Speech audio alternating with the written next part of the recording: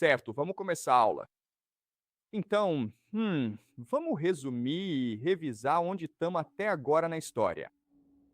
Então, há três grandes forças de interesse que estão empurrando os Estados Unidos para a guerra com o Irã.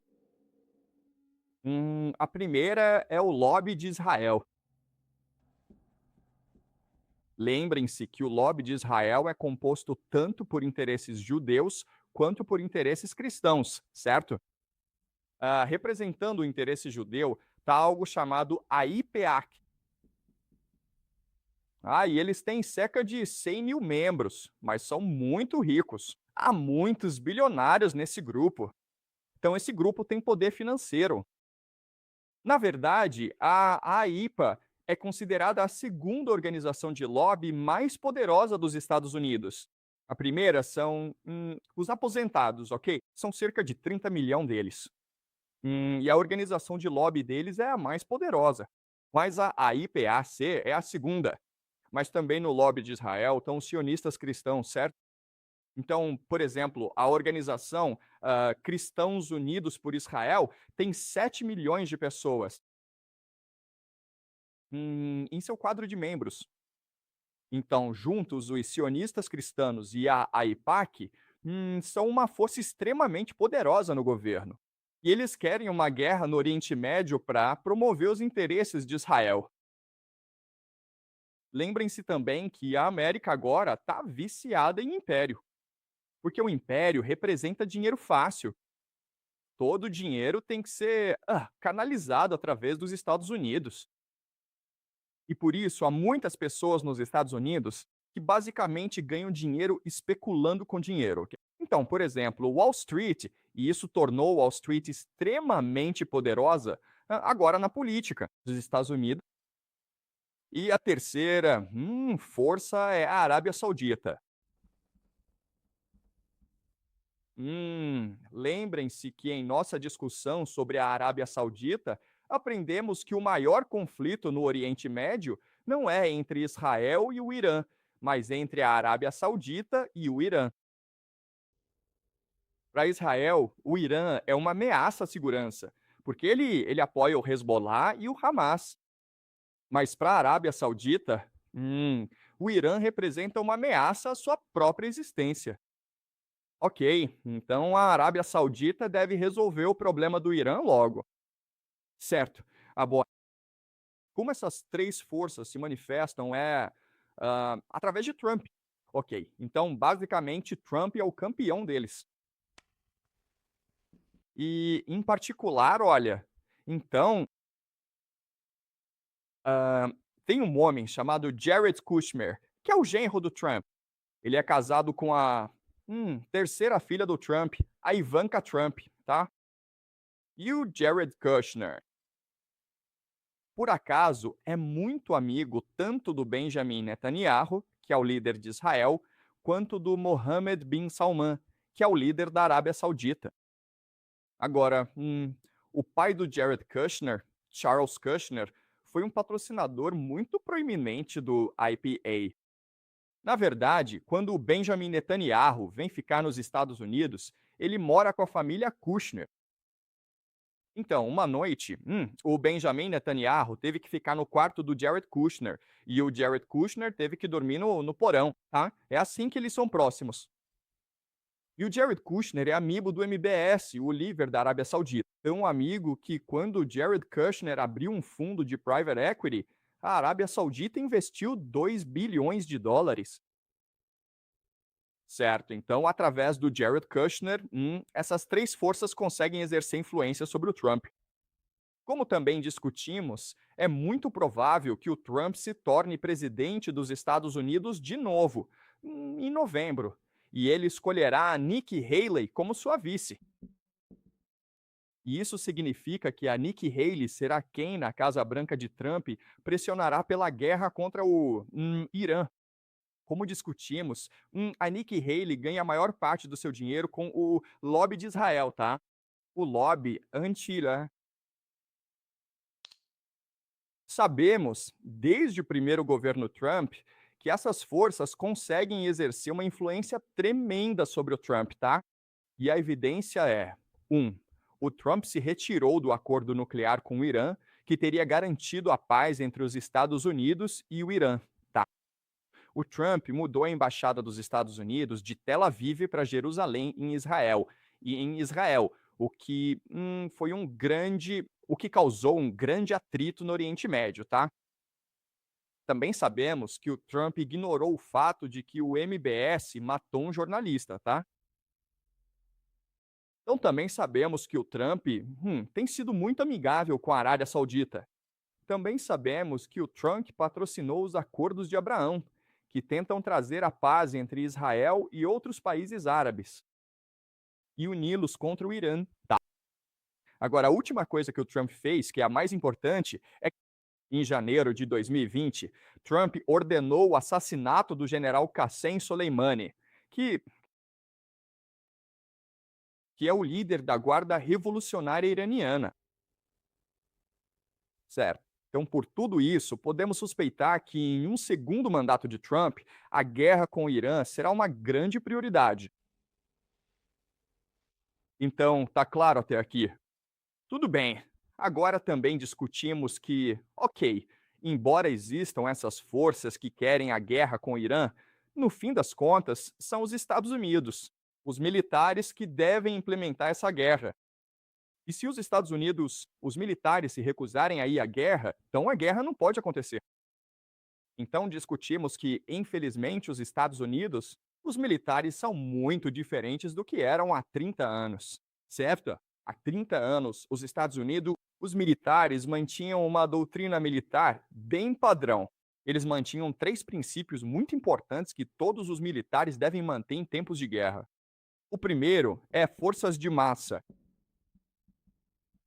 B é evitar o cerco, certo? E o terceiro é proteger as linhas de suprimento.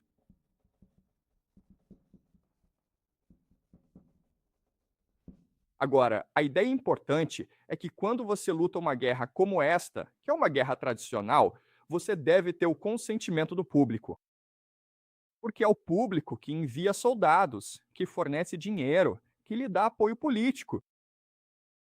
Mas em 2003, os Estados Unidos, os militares mudaram sua doutrina militar para uma de choque e pavor. E o que choque e pavor significa é que você não precisa mais seguir esses três princípios. Você pode usar a supremacia aérea. Você também tem onisciência tecnológica. E você também tem forças especiais. E isso permite que você lute guerras de forma barata, rápida e decisiva, de modo que não precise mais de apoio político público para lutar guerras. E como também discutimos, isso criou a ideia de arrogância nos militares americanos. Então, os militares americanos, por causa da guerra de 2003 no Iraque, estão confiantes de que podem vencer qualquer guerra em qualquer lugar contra qualquer inimigo. Mas sabemos que essa doutrina, na verdade, não é verdadeira. E sabemos por causa de algo chamado Operação Prosperidade, guardiã, certo? Então, há alguns meses, os Houthis, que são um grupo rebelde no Iêmen, começaram a atacar navios no Mar Vermelho, ok? E muito comércio passa pelo Mar Vermelho. Então, os militares americanos enviaram uma força naval massiva contra os Houthis. Os americanos foram capazes de derrotar os Houthis? Não, eles não foram. E então, o que os americanos vão fazer a respeito? O que eles podem fazer sobre os Houthis?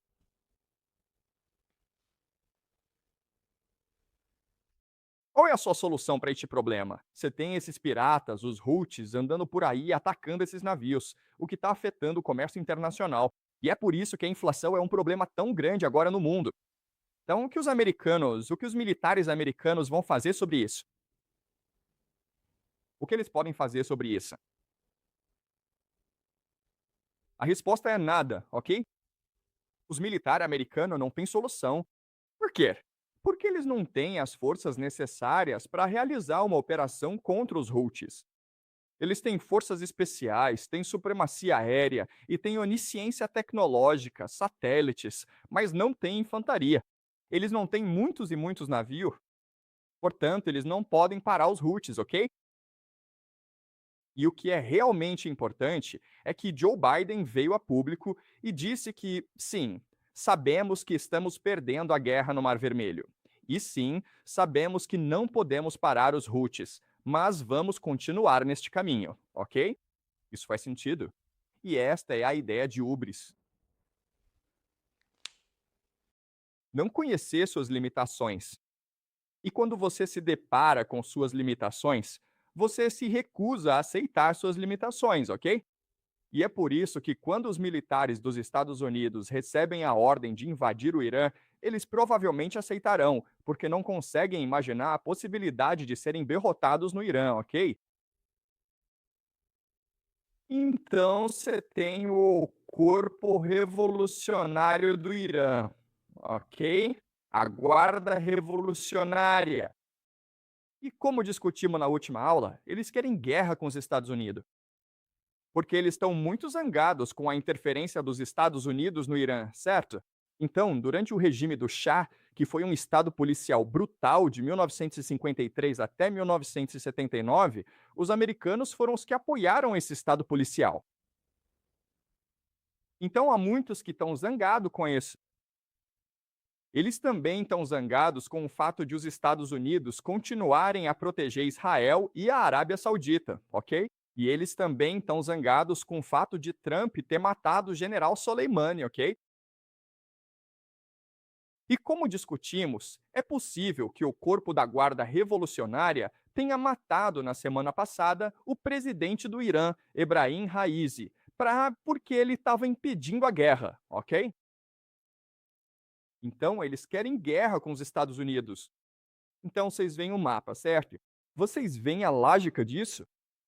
Onde há forças poderosas nos Estados Unidos empurrando o país para a guerra. Temos o Trump, que basicamente concordou em seu primeiro mandato em elevar ou aumentar a escalada com o Irã. Na Casa Branca de Trump, haverá Jared Kushner e Nikki Haley para impulsionar essa guerra, tanto privada quanto publicamente.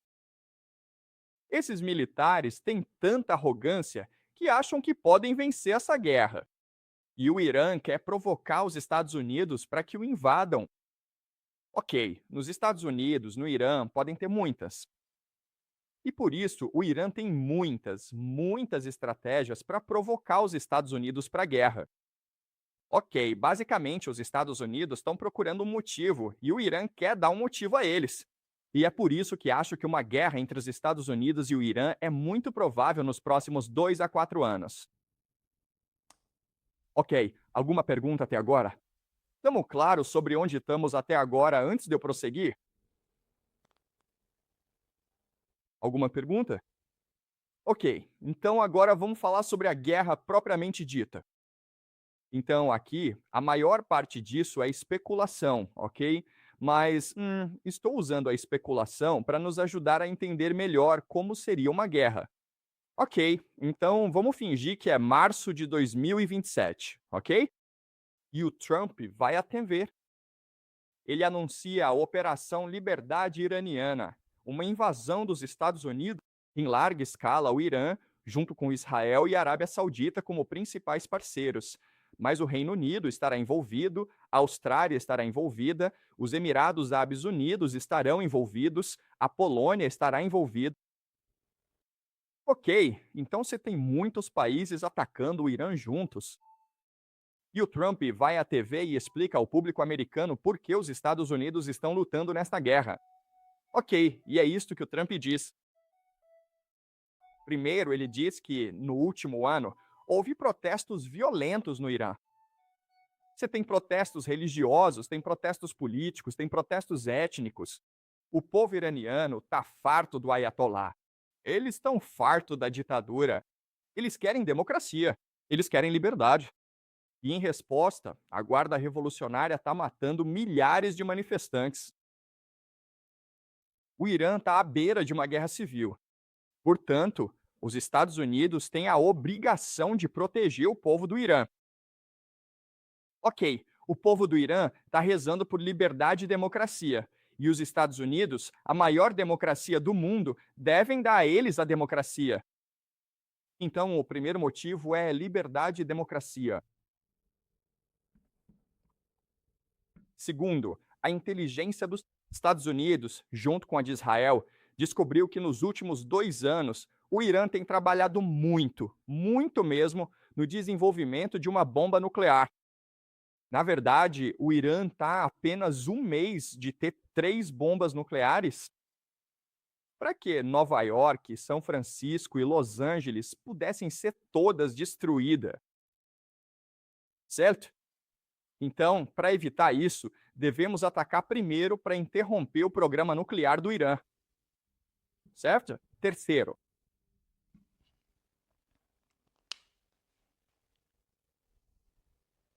representantes iranianos, os Houthis, o Hezbollah, muitos grupos, têm interrompido o transporte marítimo no Oriente Médio, tanto no Mar Vermelho quanto no Estreito de Hormuz. 40% do petróleo mundial passa por aquela região, principalmente para o leste asiático, China, Japão, Coreia do Sul. Nossa prosperidade global está em jogo. Devemos ir à guerra para proteger essas rotas marítimas e garantir que o petróleo vá para a China, Japão e Coreia do Sul, para que eles possam continuar com sua prosperidade econômica.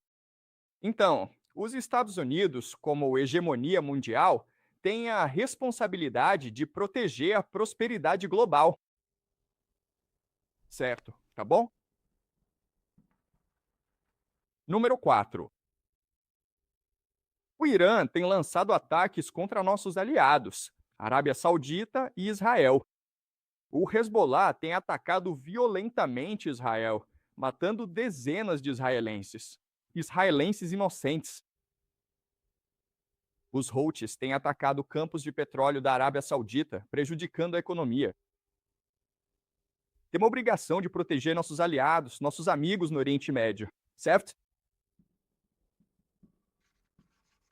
E o último motivo é que sabemos com certeza que o corpo da Guarda Revolucionária do Irã patrocina o terrorismo. Na semana passada, em um shopping, houve atiradores que foram lá e mataram 107 pessoas. Nossa inteligência diz que foi, com certeza, uma operação iraniana. Certo? Então, por esses 5 motivos, afinal, decidimos invadir o Irã com uma decisão importante. Mas não se preocupem, esta invasão será bem sucedida, porque temos muitos aliados.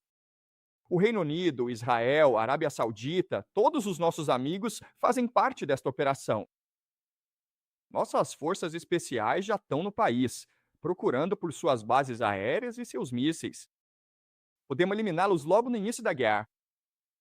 Além disso, temos estado em contato com grupos de oposição iranianos. Eles querem derrubar o regime, e quando os ajudarmos, eles vão instaurar a democracia no país. Nossas forças armadas americanas são as melhores do mundo. Em 1991, nossos militares derrotaram Saddam Hussein em 100 horas. Em 2003, nossos militares derrotaram Saddam Hussein apenas em menos de 3 semanas. Para provar que somos os melhores do mundo, derrotaremos o Irã em apenas 2 semanas. Então não se preocupe. Seremos fortes na proteção da democracia, da liberdade e da prosperidade global, certo? Então é isso que Donald Trump dirá ao povo dos Estados Unidos, ok? E claro, haverá protestos em larga escala por todo o país contra esta guerra. Mas a maioria das pessoas no país apoiará esta guerra, ok? Tudo bem, então, após este discurso, a operação é lançada. E na TV, assistiremos a isso na TV e na internet juntos, no YouTube juntos, ok?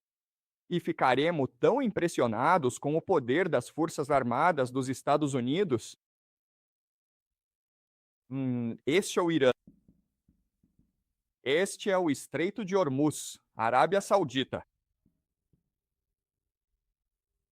Israel é aqui. O Mar Vermelho é aqui. O Iraque é aqui, ok? Então, no Estreito de Hormuz, chega o SS Gerald R. Ford. É um super porta-aviões de 13 bilhões de dólares, ok? Essa coisa foi projetada para destruir países.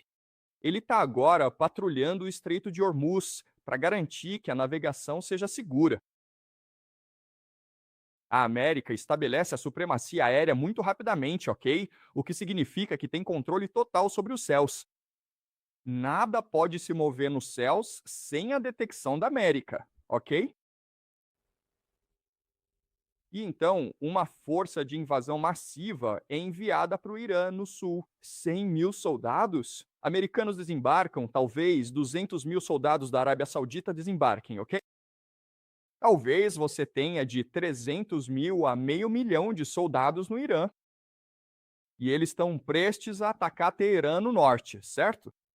Então, no sul, os Estados Unidos e seus aliados estabeleceram uma base.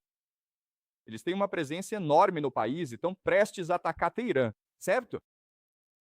Tudo bem, vocês entenderam o que aconteceu? Ok, agora eu quero fazer esta pergunta a vocês.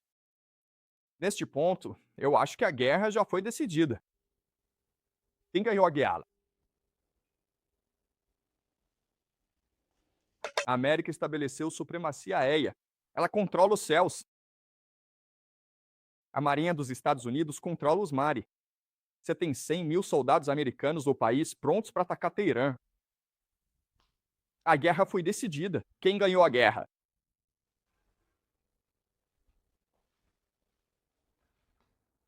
Ok, obviamente esta é uma pergunta capciosa. Obviamente o Irã ganhou a guerra. Por quê? Por quê? Qual é o problema com este plano, certo? Esta é a típica doutrina americana, choque e pavor. É assim que eles lutam guerras. Mas há um problema com este plano. Qual é?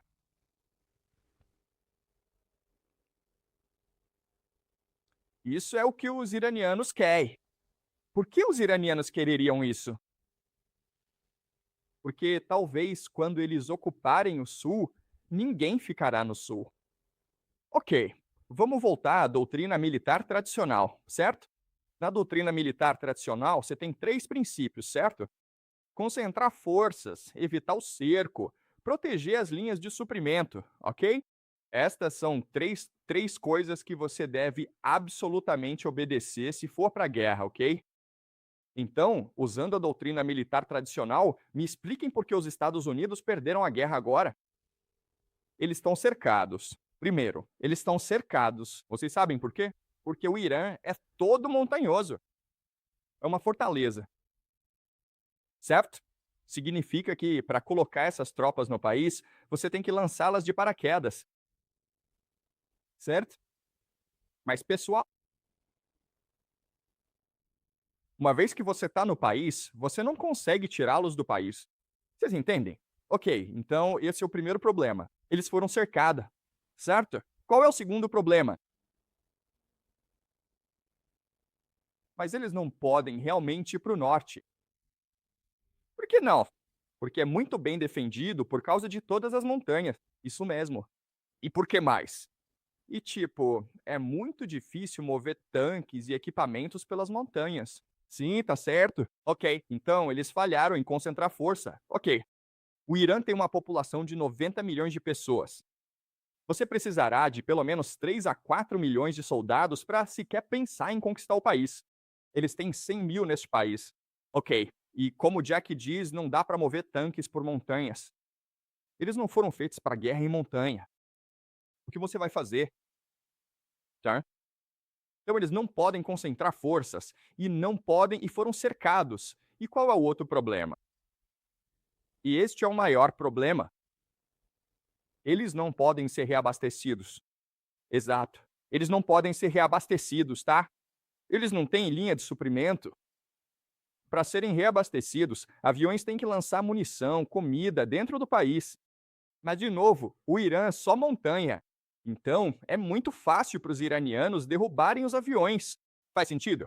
Quando você passa por montanhas, não dá para ver o que está no chão. Um cara qualquer com um lança-foguetes pode simplesmente derrubar o helicóptero, tá? Que foi o que os afegãos fizeram contra os soviéticos na guerra do Afeganistão. E é por isso que os soviéticos perderam a guerra. Um drone pode derrubar qualquer avião, beleza? Então, em outras palavras, esses caras estão presos. Se acha que são soldados, mas não são.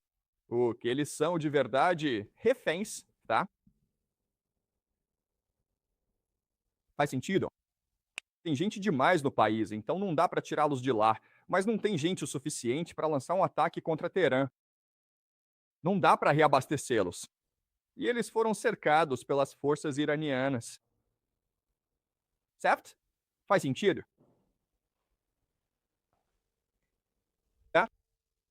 Beleza. Agora, a lógica de ter 100.000 soldados americanos no país é que, uma vez no país, toda resistência ao regime vai se levantar e atacar Teherã.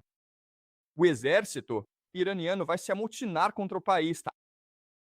Essa é a esperança. Por que achamos que isso não vai acontecer?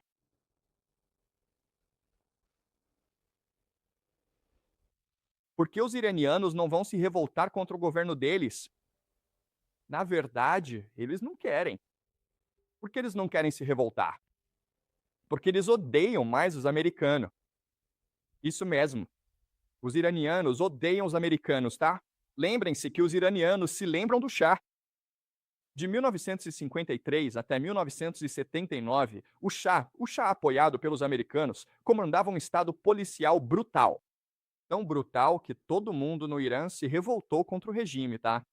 Esse é o número um. Por que mais os iranianos não apoiariam os americanos?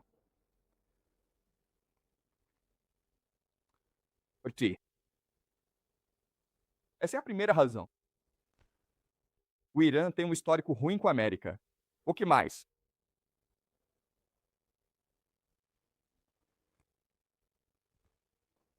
Pessoal, qual país fica logo ao lado? Iraque. O que aconteceu no Iraque? A América destruiu o Iraque, certo?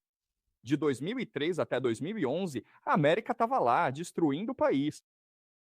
A América diz que traria liberdade, democracia, trazia prosperidade, trazia riqueza, mas em vez disso, só destruiu o país. Soldados americanos entravam nas casas todas as noites, apontando armas para crianças, destruindo lares e prendendo homens sem motivo, ok? Os iranianos viram tudo isso na TV. Eles ouviram sobre tudo isso dos vizinhos, ok? Então eles sabem que se a América vier, é para destruir o país, não para trazer liberdade, democracia, não para trazer prosperidade. É para destruir o país. É por isso que eles vão lutar, ok? Hum, e então outro motivo é que os iranianos acham que pertencem a uma grande civilização. Então eles valorizam sua liberdade e independência. Ok, isso faz sentido. Eles não vão se submeter a um conquistador estrangeiro. Então, hum, por que mais? Os iranianos resistiriam? Ok, também a religião, certo? Os iranianos são religiosos. Eles acreditam que a América é o Satã e eles têm o dever, uma obrigação religiosa de lutar contra o Satã, ok? Então, por muitos motivos, simplesmente não tem como. O povo iraniano fica do lado da América. Pode haver uma minoria, mas a maioria vai resistir, ok? Ok, então isso faz sentido? Ok, alguma pergunta até agora? Por que os americanos acham que eles vão gostar tanto deles?